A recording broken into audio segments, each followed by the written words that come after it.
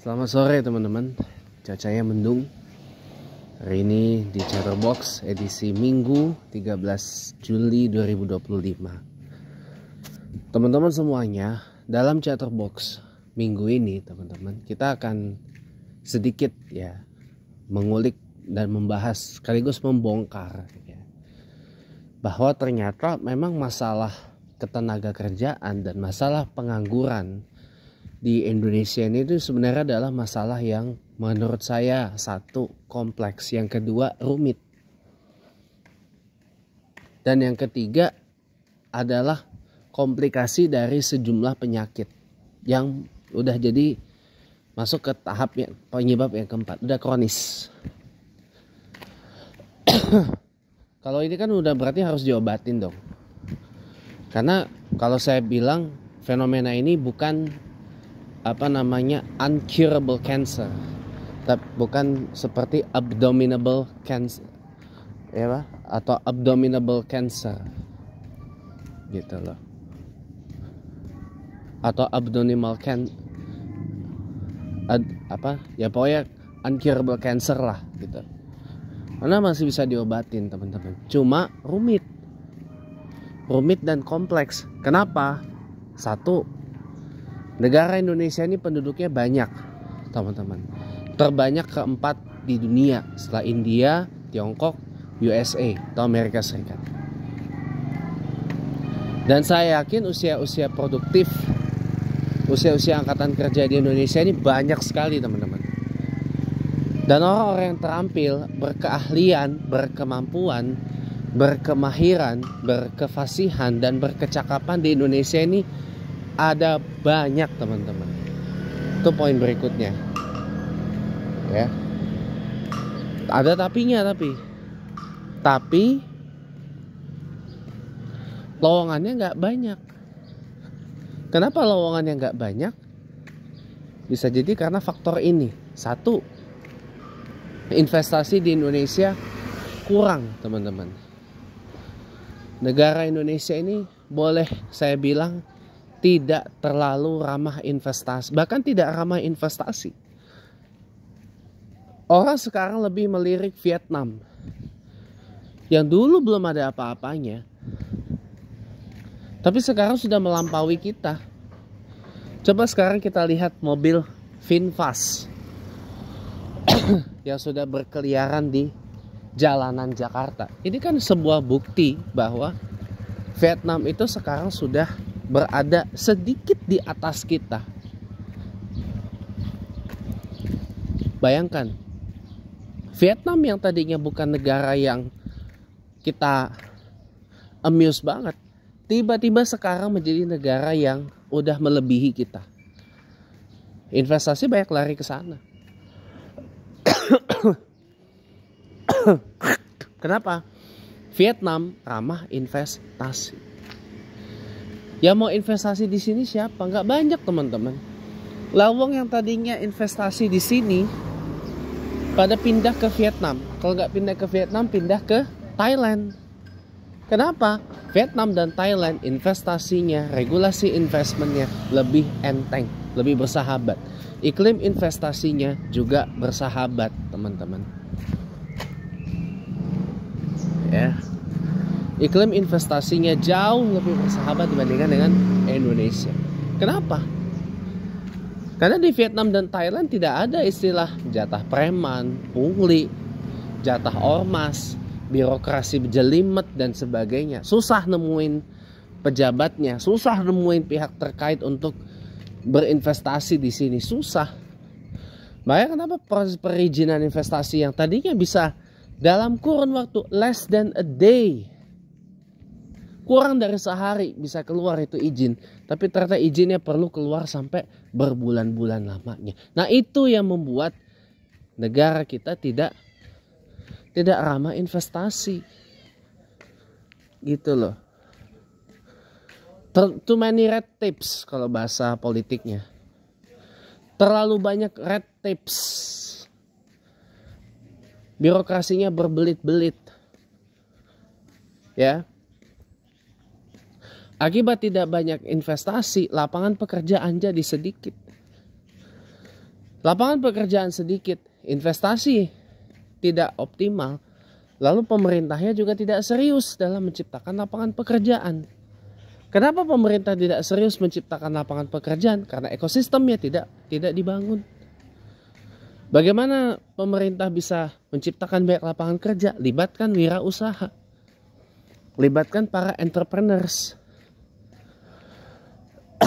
Itu loh.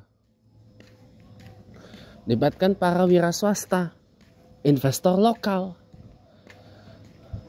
Bangun buka lowongan pekerjaan sebanyak-banyaknya. Tapi mohon maaf lahir dan batin, kita kalau mau berbisnis, berwirausaha di Indonesia aja, izinnya Masya Allah itu keluar paling cepet ya 1 bulan lewat dikit. Gak ada yang less than a day atau bahkan seminggu, gak ada, sebulan baru keluar izinnya. Kecuali kalau kita kasih pelicin, syukur-syukur kalau pelicinnya gede gitu ya, itu bisa dalam waktu less than a day keluar izin usahanya atau siupnya atau yang berkaitan dengan izin usahanya itu. Jadi negara ini tuh tidak untuk orang berwirausaha sebenarnya. Sayang sih. Ya. Tidak membuat orang tuh menjadi entrepreneurs. Tidak membuat orang tuh menjadi wirausaha. Tapi membuat orang menjadi employer, menjadi karyawan, jadi pegawai, jadi pekerja. Tidak salah, saya nggak bilang salah. Tidak salah, but for how long? Karena pegawai, karyawan, pekerja ada retirement age-nya, ada usia pensiunnya. Pegawai swasta usia pensiun umur berapa? Masih muda banget coy, 55 sampai 58 tahun. Aparatur sipil negara usia pensiunnya berapa? 58 sampai 60. Ada juga yang 55 pensiunnya. Sementara usia segitu, maaf kata ya, generasi sekarang belum banyak yang kerja tong. Gua aja masih belum kerja sampai hari ini. Karena ini kok kompleks teman-teman. Ini tuh kalau boleh saya bilang series of complicated problems. Yang udah kronik. Aduh, musik bentar ya. Ya, welcome back teman-teman. Jadi ini tuh sebenarnya serangkaian dari permasalahan yang sudah parah. Jadi sakit kronis. Sakit kronis gak diobatin. Gitu. Sekarang tingkat kemiskinan menurut Bank Dunia itu sudah 65%, teman-teman. Angkanya dari 200 berapa juta penduduk kita ada di angka 194 juta, teman-teman. Penduduk Indonesia yang berada di bawah garis kemiskinan, teman-teman. Dan sarjana menganggur 1 juta, teman-teman. Sarjana nganggur 1 juta, dan itu pun kabar terbaru yang saya dapat hari ini ya. Banyak banget orang lulusan S1, S2 ya. Banyak yang maaf kata nih.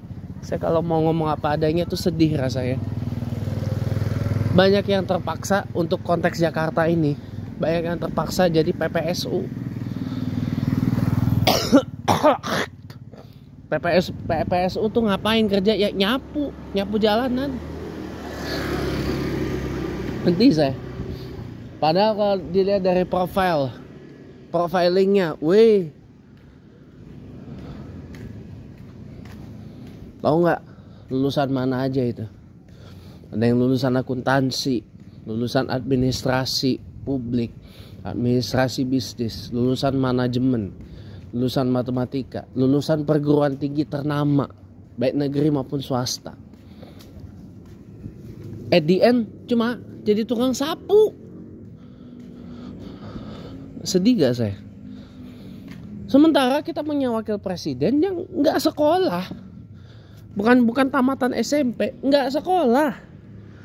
Ya SMP-nya aja ijazahnya ijazah palsu kali si Fufu Fafa itu. Ya bapaknya aja ijazahnya ijazah palsu, apalagi anaknya. Tiga-tiganya semua tuh ijazahnya palsu semua kalau sekolah. Ya, terutama si Fufu Fafa, wakil presiden kita. Cobalah, orang lulusan perguruan tinggi ternama di ibu kota negara Jakarta jadi tukang sapu, teman-teman. Sementara kita punya wakil presiden si Fufu Fafa nggak sekolah, bukan lulusan sekolahan, bukan lulusan sekolahan, teman-teman. Paling ya cuma apa ya? Ya nggak sekolah, intinya nggak sekolah. Gimana mau dibilang sekolah? Wong ijazahnya aja nggak ada, wong ijazahnya aja nggak pernah ditunjukin, ya nggak? Coba itu bayangin, bapaknya ijazahnya ijazah aspal, beli di pasar pramuka, ya kan? Apalagi anaknya. Ah udahlah pakai jadi saya keinget loh, apa kemarin itu mega skandal kerajaan palsu, apa King of the King di sana tuh di Tangerang, ya. Ngakunya punya uang sampai triliunan rupiah. Kaya bener. Ya, pimpinannya si siapa namanya? Doni Pedro. Saya masih ingat.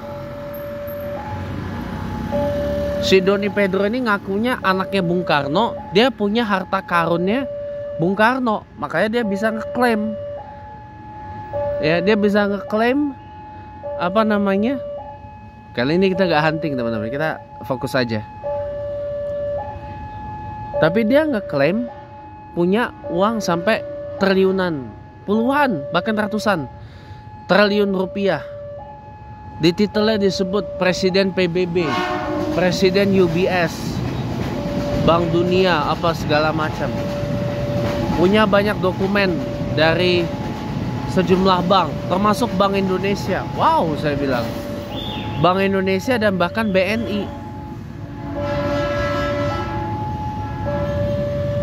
Taunya apa coba? Ya Allah, cuma print warnet, cong.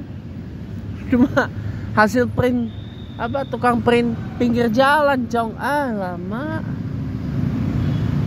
Lu bayangin itu. Ya Allah. Lu bayangin itu. Ya orang nggak sekolah, ngimpi punya uang segede gaban kayak gitu. Ya itulah. Cuma ya Allah, ngeprint di pinggir jalan, ditulis pakai Microsoft Word atau pakai PowerPoint. Cantumin dah tuh logo bank, cari di Google, taruh di situ. Ya Allah ya Rabbi. Untung udah ketangkep semua itu. Sama si Doni Pedro itu udah dihukum tuh. Dia kan orang militer, orang TNI itu. Untung udah diberhentiin itu. Kalau kagak diberhentiin, aduh malu bener tuh TNI.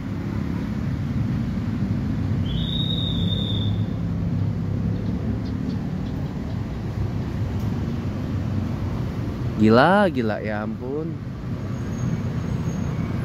Gila ya ampun. Segitunya loh.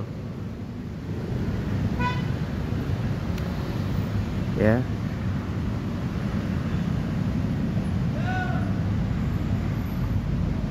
Saya nggak tahu, teman-teman ya. Coba lihat deh. Kita pernah punya presiden 10 tahun lagi nggak sekolah. Seluruh ijazah sekolahnya palsu. SD, SMP, SMA-nya palsu semua. Ya, anak-anaknya ya ijazahnya palsu juga. Ketipu, coy. Ratusan juta penduduk Indonesia ketipu. Partai PDIP ketipu. Lu bayangin.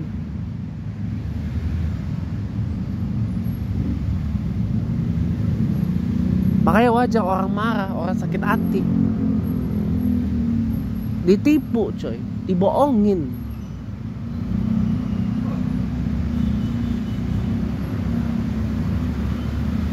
Nih ya teman-teman ya, saya kasih tahu ya.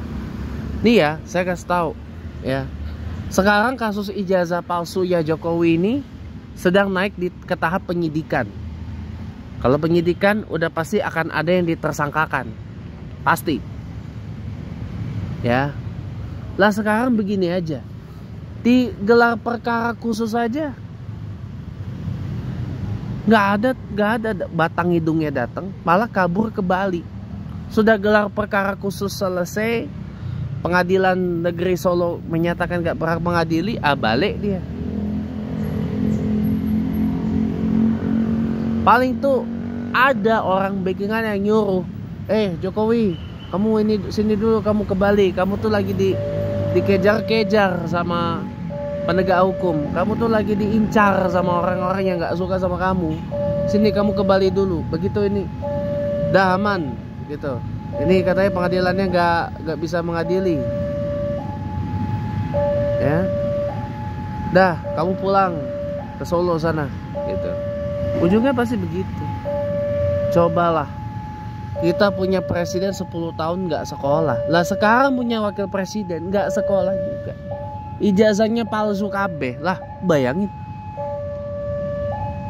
Sementara lihat orang yang udah bersusah payah dapat ijazah S1 dalam kurun 3,5, 4,5, 5 atau 7 tahun kayak saya. Bahkan ada yang 8, ada yang 9 tahun, bahkan ada yang lebih dari 9 tahun. Berjuang mati-matian demi ijazah S1 di Jakarta cuma jadi tukang sapu. Apa kata dunia, tong? Ya Allah, apa kata dunia? Lah sementara pemerintahnya diem-diem aja, nggak punya hati semua.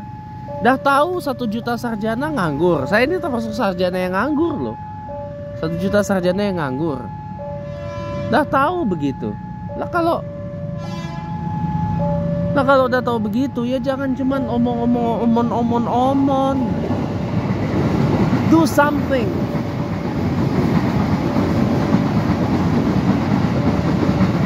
Kalau nggak do something juga, saya bilang udah 2029 kita satu Indonesia nggak usah nyoblos, ya golput aja.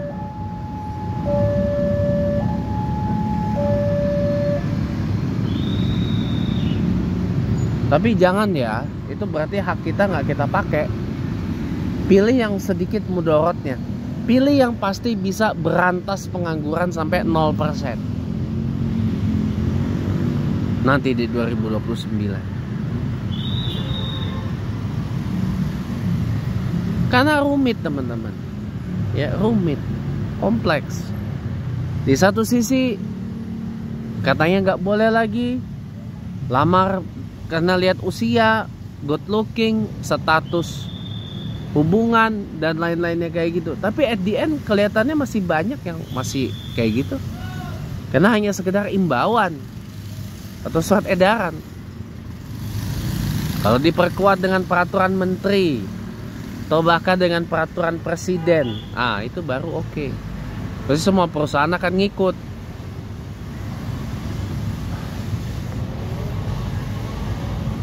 Cuma ya kalau presidennya begini, presiden hasil disandra oleh presiden sebelumnya, kalau terlalu liar, terlalu bebas banget, nanti korupsi di Kemenhan dibuka.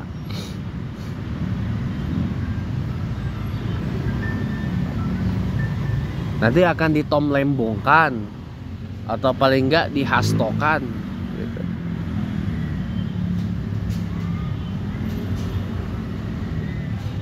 Itu pasti. Gini teman-teman, saya beritahu ya. Orang kalau udah ketahuan gak baiknya, yang kotornya, pasti akan berusaha ditutup-tutupi sedemikian rapat. Dan pasti gimana caranya orang yang membongkar ketidakbaikannya itu ya tidak ada lagi di alam ini gitu loh.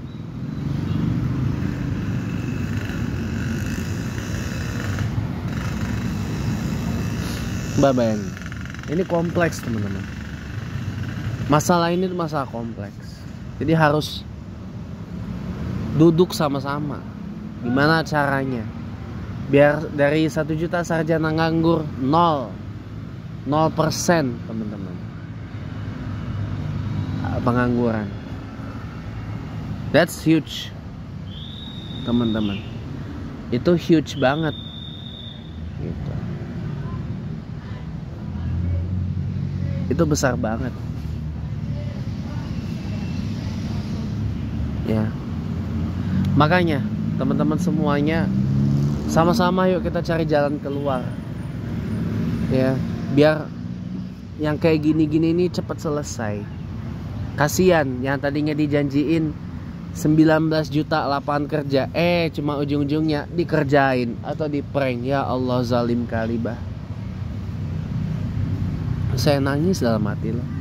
Mana 19 juta lapangan kerja itu? Nyatanya cuma bohong semua. Dah, pokoknya apapun yang terbaik lakuin aja. Kalau mau pemakzulan, lanjut, saya dukung. Walaupun prosesnya agak berliku dan berbelit dan panjang, tapi terus, don't quit. Kalau mau bikin chaos, bikin. Mau bikin rusuh, bikin. Yang penting pemerintahan merah putih ini out, selesai. Call a snap election. Kapanpun itu, mau 25, 26, 27 snap election. Majukan pilpres. Bukan pemilu ulang, enggak. Pilpresnya dimajuin. Dari 2029 ke misalkan 25 atau 26. Jadi pilpres berikutnya 5 tahun. 5 tahun dari 2025 atau 2026 misalkan. Itu namanya snap election.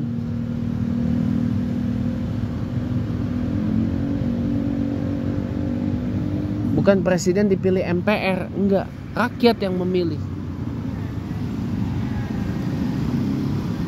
Let the people choose who deserves to be president of this Republic of Indonesia. Biar benar-benar bisa menekan angka pengangguran tuh dari 0. Tingkat kemiskinan dari 65% menurut Bank Dunia menjadi 0%.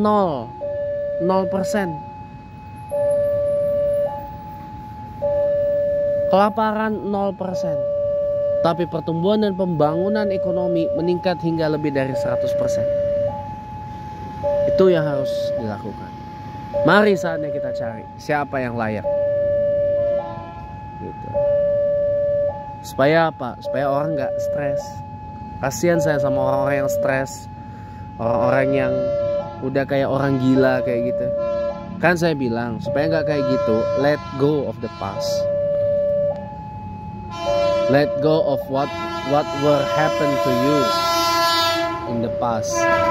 Let go of what was happened to you in the past. Let the past gone. Itu aja. Ingat kan pembahasan saya kemarin? Let your past gone because your future is bright. Insya Allah, kalau kita ikhlasin, kalau kita lepasin semua yang menjadi beban kita, apa yang terjadi di masa lalu, apa yang udah lewat di masa lalu, tapi masih nyangkut di kita, kita lepasin. Insya Allah teman-teman, yang namanya rezeki lancar, disegenin orang, disayang ame orang. Ya, yang namanya karir mentereng, otak encer, badan sehat, mudah baik sama orang, mudah senyum, mudah ketawa, mudah ramah sama orang, mudah baik sama orang. Insya Allah teman-teman, just let go anything that happened to you in the past. Let go for good. Face the future. Face your life now. Ya, itu teman-teman. Saya rasa cukup ya teman-teman. Ini aja yang bisa saya sampaikan. Mudah-mudahan ya ini pemerintah bukalah mata hatinya supaya benar-benar pengangguran di Indonesia bisa dibikin 0%, orang pada kerja semua. Sampai bertemu kembali. Bye-bye.